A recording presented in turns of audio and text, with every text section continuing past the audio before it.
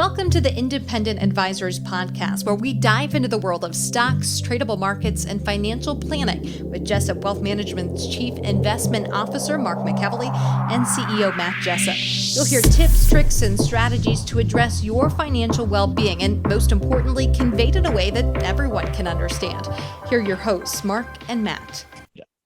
Hey everyone, welcome to episode number 175 of the Independent Advisors Podcast, where Matt Jessup and I, Mark McEvily, bring you everything you need to know from the past week in the world of financial markets and financial planning. So good evening, Matt. Good evening, Mark. It's nice to have you back on the podcast, my friend. Yeah, I know. I've been gone for too long. It's been about a month, but I had a lot of client meetings the past month, and always got to take care of our clients first. So that was fun. I got to see and interact with a lot of clients, so it was good. But I'm happy to be back in the captain's chair with you. Aaron and Nick did an excellent job in your absence. Taylor did a good job on a lot of the financial planning topics of the week as well. But it's nice to have the OG, the CIO. He's back in the seat and ready to deliver content. I am. That's for sure. And just as a brief update, we are traveling for work right now. So we are doing this out of our hotel rooms, but Matt and I are at a conference just to learn about some new things going on in our industry, take back some things to bring back and implement at our firm in Dayton, as always, to increase that client experience and continue to learn about different ways on how we can serve our clients. So it's been a great conference so far. Exactly. As always, before we begin, just want to take the first few minutes to recap the performance for the month and the year, the major indexes that we track, and these numbers are as of the market close on November 8th, and this data is from Y-Charts. S&P 500 index down 1.1% for the month and down 20% for the year. Dow Jones Industrial Average up 1.3% for the month, down 8.7% for the year. The NASDAQ Composite Index down 3.4% for the month and down 32.1% for the year.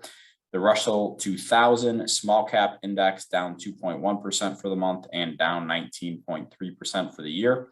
The Vanguard All World Ex United States ETF up 4.6% for the month and down 21.7% for the year. 3-month Treasury rate at 4.29%, the 2-year Treasury rate at 4.61%, the 10-year Treasury rate sitting at 4.12%. So Matt, I'll hand it over to you to discuss some big headlines, current events from the past week. Thank you, Mark. So in economic data last week, the Federal Reserve hiked interest rates by the much anticipated 75 basis points, that's 0.75%. Fed Chair Powell then offered up hawkish comments that rattled the market. In those comments, he detailed, Mark, that the Fed remains committed to bringing inflation back to 2%, that ongoing rate increases will be appropriate, and that restoring price stability will likely require a restrictive stance for some time. Now, the October jobs report showed non-farm payrolls were up 261,000 last month, which was higher than expected. But not as it seems, Mark, because when you look at the underlying numbers, the labor participation rate dropped slightly. And when you really even out those numbers, we actually lost 328,000 jobs or people, because a lot of people around the workforce, retirement is a good example. So what I would say to this, the Federal Reserve hiking interest rates so far, that medicine is acting the way it should to the patient so far. Right. I'll throw that out there, right? So what is the market focused on right now, Mark? The market's focused on inflation data. They want to know when the Fed's going to start slowing its pace and ultimately stop. What's one of the key indicators? CPI, the Consumer Price Index. That is due out tomorrow on November 10th. The headline number was up 8.2% year over year in September, Mark. Argus Research sees this coming down to 8% plus year over year this time around. Core CPI, taking out the volatile food and energy prices, that was up 6.6% last month. Argus thinks it's going to trend down to 6.4. Things are going in the right direction with that inflation data, but you're going to need to see that pick up in order for the Fed to be motivated to slow these hikes and ultimately stop. And I have a piece on that I'll discuss in a little bit.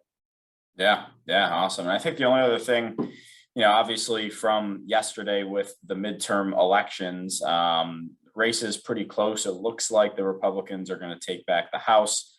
Senate could go either direction right now. I think we're still waiting on data from Nevada, Arizona, and then it looks like there's going to be a runoff election on December 6th in Georgia for control of the Senate. So more gridlock today. Market was down today on maybe the uncertainty of that. Who really knows? But again, if there's more gridlock, I think the market is going to rally. So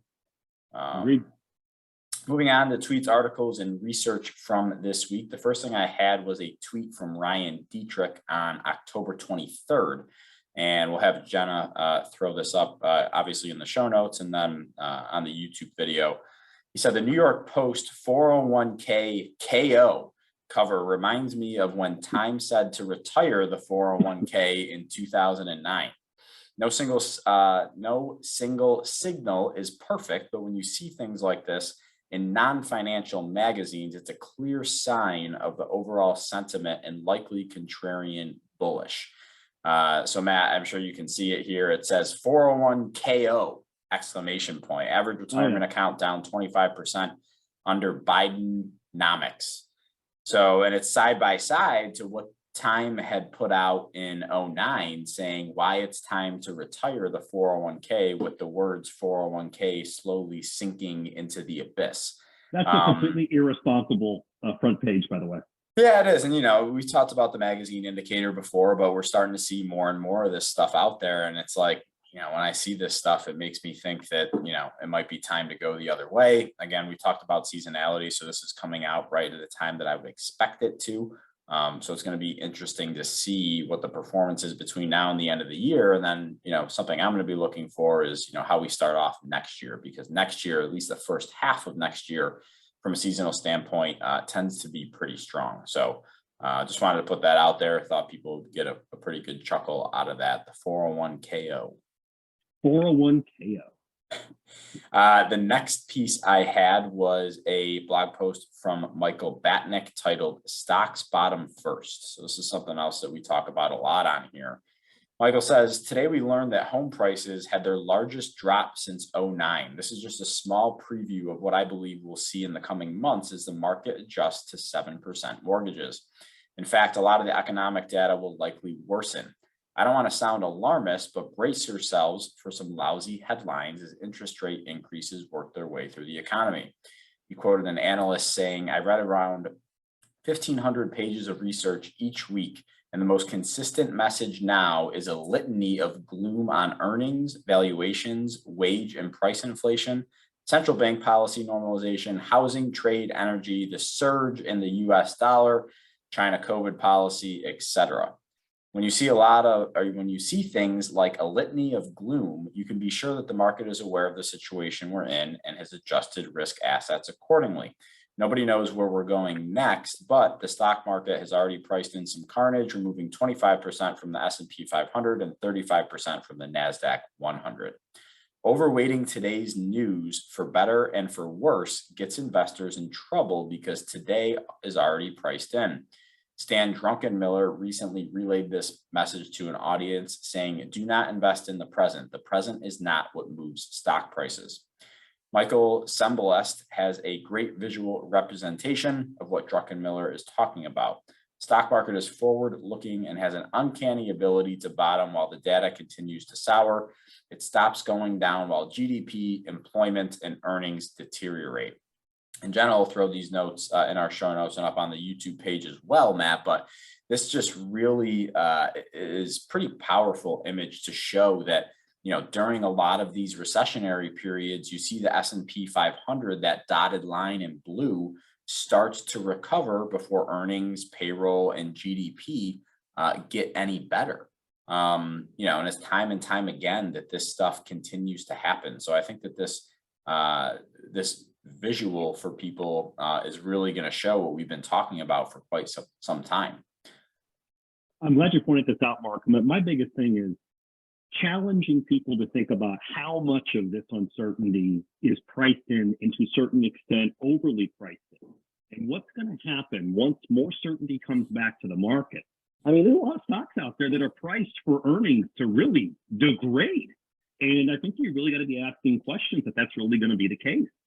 Yeah. So the last thing I'll say with this is not a market you can time. And you got to be invested for your risk tolerance and be patient, because once it does turn, whether that's a week from now or 6 months from now, you get what I'm saying. It's going to be quick and fierce. And that's my words of wisdom. Yeah. Yeah. And he just wraps up by saying, this is how you'll see headlines like Dow Jones gains 900 points while unemployment hits a 24-month high. The market has better long-term vision than we do, which is one of the trickiest parts of a bear market. Everything in your gut will tell you to sell. It will tell you that things are going to get worse, and it's probably right. Things will get worse, but the market will have already looked past it. Yeah, this is not 2008. The monetary system was completely broken, and there's a lot of stocks that are down worse than they were in that calendar year. I just think that has to be really challenged, and people got to think long term about this. Yeah, for sure. Last piece I had was kind of in my opinion, kind of a funny tweet. It was a tweet from Wall Street's Bets chairman on October 14th. So he said in March of 2021, the first tweet ever by then Twitter CEO Jack Dorsey was sold as an NFT for $2.9 million. The most recent bid is $97. So that's a pretty big haircut, Matt. It's a 99.996% loss and pretty much in 1 year. Looking back at history, everything always seems so obvious that we could have anticipated that this was going to happen. But yeah, and again, for people that don't know, the acronym NFT stands for non-fungible token. That was really hot and popular when crypto was raging and meme stocks were raging. Just another way that people can get involved in kind of the craziness that we've seen the past couple of years. But interesting. You forgot the metaverse real estate. That's the other one, right? And the metaverse real estate. I wonder how that's doing. We got to find some numbers on that and see if real estate prices are crashing like they are in the physical world, in the virtual world too. Yeah, I'll see if I can dig that up for us. It'll be fun next week. Perfect. All right, here's what I got this week. So the first thing is a tweet by Game of Trades on November 6th. It's a research firm, caught my eye. Here's why. Jenna's going to put up the chart for our YouTube viewers and for our traditional podcast listeners. This is one I would definitely go to our show notes, go to our social media on your favorite site, pull up our chart. Here's why. It shows the premiums, Mark, that people are paying right now on puts. Will you take 30 seconds and explain what is a put option, or it's a derivative? Will you explain what that means, please? Yeah, so a put option, it's an options contract that gives you the right to sell a specific security or an index or an underlying to somebody else at a certain price, right? So when there's people buying a lot of put options, they're scared that the market's going to go down because they want to sell it to you at a price higher than what the market is trading at. So they think that the market is going down. So this is a bet that the market is going to go down. So bearish. And so what happens is we get data, Mark, on the premium people are paying for that protection or for that bet that the market's going to go low. And when volatility is high, like it has been, or higher than average, and markets have been falling, it's more expensive to buy those puts because they're in higher demand. Right. That's it's right. just like something it's like something you're buying at the grocery store. If everybody wants to buy it, they have limited supply. So what are they going to do? They're going to jack the price up. It's the same thing with options contracts. Exactly. So this chart that Jen is putting up gives us data back to roughly the early 2000s. And do you want to guess the premiums that people are paying for this put option protection is off the chart? It makes 2008 look like a cakewalk, okay? This, to me, is a very telling indicator. When people are paying these premiums for protection, it makes me think that we are at excessive levels of pessimism. And this is not sustainable. And what's going to happen, in my opinion, is as the market volatility subsides with clarity on the Fed, which I think we're going to have more clarity in the next 3 to 6 months, volatility is going to come in, these put premium, everyone's expecting more downside. And when everyone's expecting something, Mark, what tends to happen? The opposite? Tends to. So I'm yelling a contrarian, and I think that this is a very telling chart, and I think it has to be seriously considered. Okay. Yeah. Yeah. Now the next thing I got is from Zero Hedge blog post on November 3rd. Why is this blog post newsworthy? One of the biggest components of CPI. Remember, we have the data coming out tomorrow on November 10th. One of the biggest components is going to be rent inflation. Okay. Now this data lags. So Jenna will put this chart up for our YouTube viewers, for our traditional podcast listeners. I would highly encourage you to look at it. Now, why is that? You're seeing rent inflation year over year really come in. But the way that it's calculated in CPI, they have smoothing mechanisms, it delays. And what I really think is going to happen is over the next 3 to 6 months, you're going to see a lot of this input data into CPI really start to come in. And I think that it's going to surprise people when you see these year over year inflation numbers. I'm not suggesting they're going to go sub 2. I'm in this camp, it'll be between 3 and 4%, but it's not going to be the 7-8% that we've been accustomed to the last roughly, 8 to 12 months. I think you're really going to start to see the data start to calm down. And I think that could provide a little more stability to the market. This is the type of real factual data that I think is going to start to show up and people are going to see it. You heard it first on the Independent Advisors podcast. Yeah, no, it's a good point. It's a very, very large component of CPI. So, when this data starts to catch up and roll over, I think it's going to have a massive impact on CPI because we've already seen commodities roll over. We talked about that before. But this, like everything else, it takes its way to work through the system. That's right. Last piece I got this week is a Bank of America research note on equity sentiment or stock sentiment. Okay. Now, what I want to do is I want to explain kind of the difference between what we call the buy side and the sell side of Wall Street. Okay. So the buy side refers to firms that purchase securities and includes investment managers, pension funds, and hedge funds. So our firm, for example, would traditionally be considered a buy side firm. Okay. The sell side refer to those firms that issue, sell, or trade securities. Think investment banks. Okay. So the reason I'm showing this chart that now Jenna's going to put up for our YouTube viewers, that's in our show notes, is it shows sell side sentiment. Okay.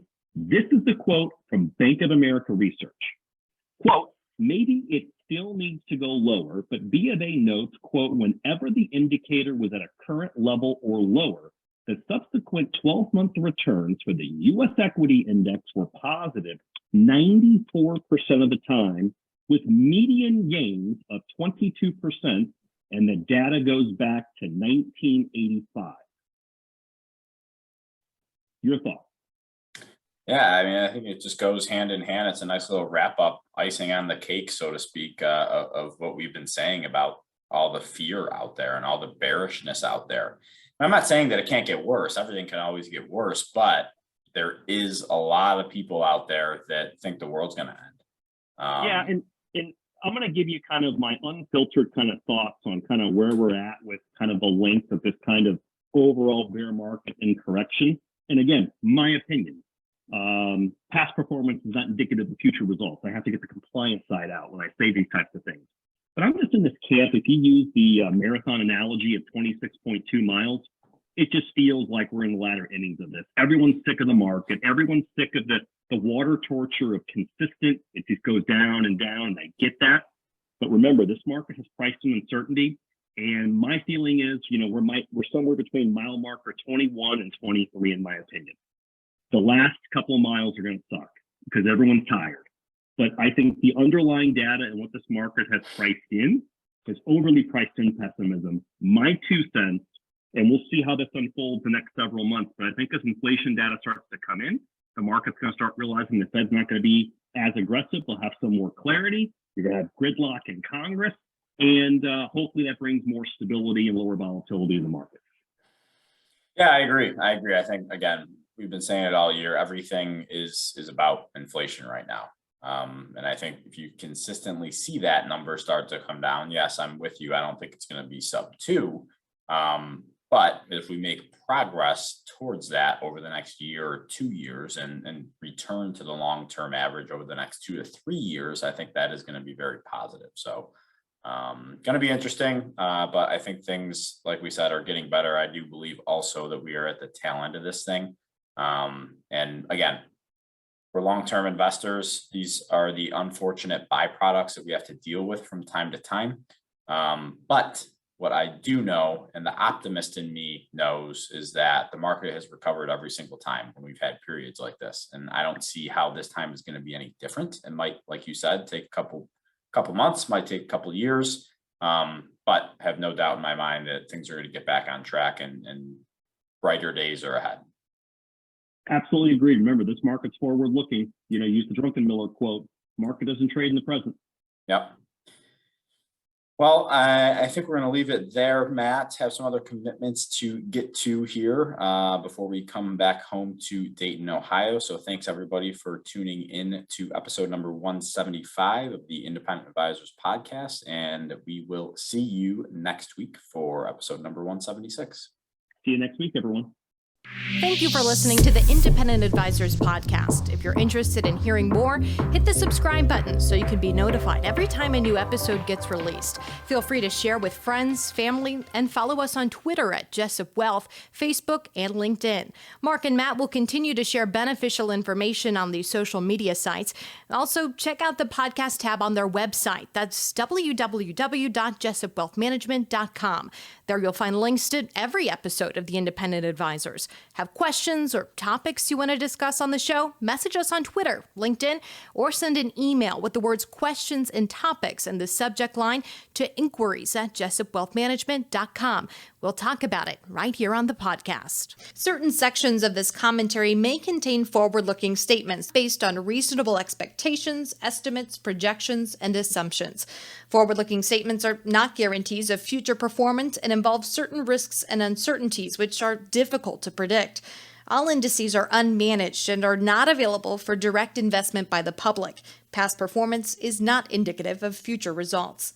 This podcast is provided for general informational purposes only and does not constitute either tax, legal, or financial advice. Although we do go to great lengths to make sure our information is accurate and useful, we recommend you consult a tax preparer, professional tax advisor, financial advisor, or lawyer regarding your specific circumstances. Investing involves risk, including the loss of principal. No strategy can guarantee any objective or goal will be achieved. Advisory services offered through Commonwealth Financial Network, a registered investment advisor.